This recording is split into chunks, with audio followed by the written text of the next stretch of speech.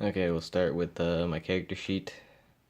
Keep in mind, I didn't really know much about min-maxing, but I got them evenly spread between all three. I wanted the charisma as well for the action point gain that it gives you.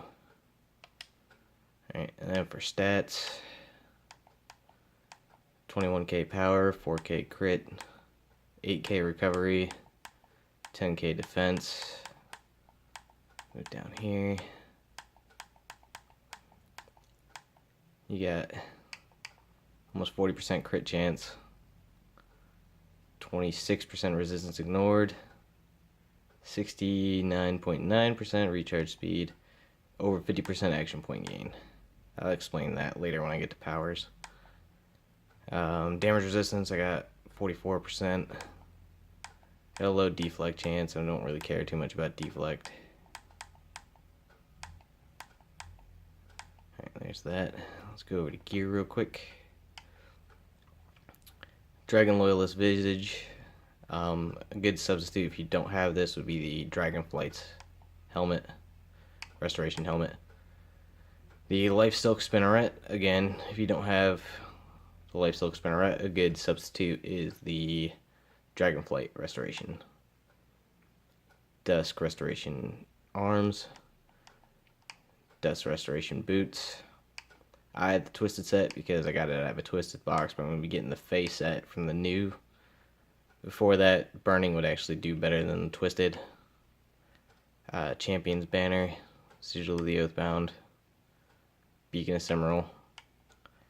I currently have the Isle of Thunder, but I'm going to be changing to the Tiamat set once I can get an orb. The Warrior's Gemmed Exquisite Chausses. Gemmed Exquisite Elemental Chausses for the pants. Or chainmail. Currently I have the full Lathander set, but I'm going to be changing to the Tiamat set to get that extra 3% action point gain. Got the personalized Rings of Recovery. And for all of my defensive slots, I have Azures to add defense. A good substitute would also be Radiance to add more HP. For my offensive slots, I use the Silveries to give me more recovery to try to get up more action point gain, which again I'll explain when I get to powers. My chest piece, I have the Soul Forged. And for my weapon, I use the Holy Avenger. Alright, let's go over to powers.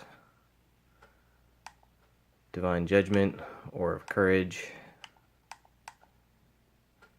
Bane is one of my main ones for the debuff. I run Templar's Wrath instead when I'm running by myself. Bond of Virtue for when I'm running with everybody else. Cure Wounds is my off trigger. Now, I saw that you run Healing Font. I recommend changing to Shield of Faith because you already should be putting out enough healing on your own to not really need the Healing Font. So the Shield of Faith helps break up some of those one-shots. Use Valor Enemy increases my damage as well as increasing the amount of healing getting put out. Because between my bonds, anybody strikes it, it radiates a heal throughout everyone. I still have Healing Font for when doing stuff that I'm not going to be doing a lot of healing during, say like the skirmishes. I'll just drop down a Healing Font.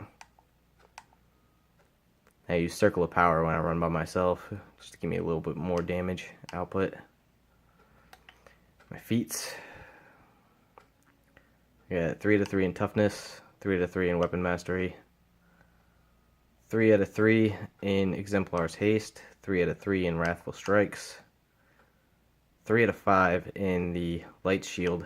I didn't do Dominating Presence because 10 feet on top of 30 feet, it's not a make or break, so I chose against it. Of course, the Constitution increase, and then the increasing my critical chance by 1% for each one of these, so that gives me an extra 20% for my crit chance.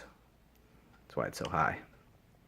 Now, for the Paragon feats, I'm going to go with the off 2 first, because this increases my resistance to controls because the less that I'm controlled, the more healing I can do, and keeping everybody alive better. Now I chose Divine Intervention because the Oathbound buff is pretty much every time you heal somebody. So on that, whenever somebody gets healed, they also get 2.5% damage resistance, which adds up. Then Gifts of Light, Touch of Light, Restorative Haste, Aurora Gifts. Then I did Defiant Intervention because of my Soul Forged. So if things ever get tight, I can literally just go in, take a drop real quick, and then that kind of resets everything and gives everybody a good edge. And then Holy Bonds to also help boost the recovery. And then Redemption, just because I needed to put one there. Now the point of the way this works is I have maximum amount of recovery to get my action point gain up there. So that way I can perma the Shield of Faith, which giving that 30% damage resistance and the 30% incoming healing bonus, a real boost for everybody. I'll go over to boons. Now over here in the Sharndar, did the 400 power, 400 crit, because you really don't need deflection. Crit, your heals crit. 3% action point gain. Did that one just to help me when I solo, because neither one of these two are really that beneficial. And then the power to also, if anything happens to die, I gain more power, which then gets shared. Dread Ring, we're pretty close to the same on this one. 250 power, 400 regen, 3% resistance ignored, and then necrotic damage because I really don't need any more self-healing stuff because I can do enough of that on my own. And then the Burning Guidance. Over here. 400 combat advantage bonus, 400 incoming healing bonus, 400 recovery, again trying to max recovery. Increases power based on the amount of missing guard, so the more I have to block, the more powerful I get. And then the chance to gain an extra 10% action points on killing a target. So arm's getting tired. Underdark. I never did the last one because I like to just make the keys.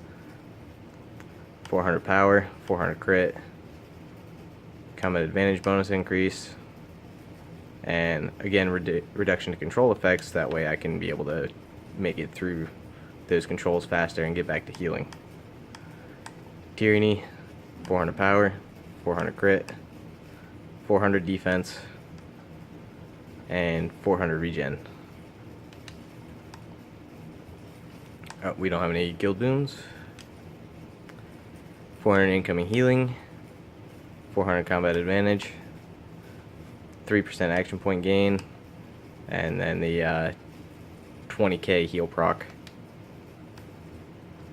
Elemental Evil, 300 power, 400 regen, 400 recovery, and then the Wall of Wind for the recovery.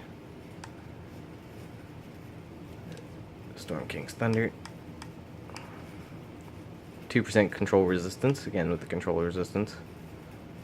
1% incoming healing bonus, and then the 2000 recovery based off how much defense I'm missing again, so if I have to block, I get more powerful. And I don't have anything for Cloak Ascendancy, so companions. My companions aren't complete right now. I'll be changing out the Lilind for a sprite if I can ever get my hands on one. Alright, so I use the Arcane Runestones to give me 330 recovery, which is almost 1000 recovery right there. And then these are currently in slot, but once my other 2 rings of personalized adamant rings of recovery are done, they'll be giving me, instead of the 400 armor pen, 400 recovery to help with that. The personalized aberrant belt of recovery, and then I would be using another one of those rings. And for an augment, I gain 100% of those stats. So gaining that bonus recovery, I can actually gain more recovery off of using an augment than using bonding stones. And since bonding stone powers doesn't share anyways, then it really doesn't have much point for me to be able to help out a team. And then for my other companions, I have the Flame Sprite to give me action point gain, Ice Sprite for action point gain, Yep, hentai monster. Increase my maximum HP. And then currently I have Healadin, but I'll be changing that out for the Sprite to give me another 3% action point gain. Mounts. Of course I have a slight advantage because I get the 4K power from the Black Ice Warhorse. But use Gladiator's Guile to help me move faster, to get me into the fight faster, to be able to heal more. Cavalry's Warning, mainly because I have the Black Ice Warhorse, so it gives me a bonus whenever I use it. Wanderer's Fortune to gain all that nonsense. Magistrate's Patience to help my damage output, and it also procs on healing as well. And then the Shepherd's Devotion. And all of these, I try to do all the ones that give me action point gain to help increase that even further. And there he is. Alright, thank you.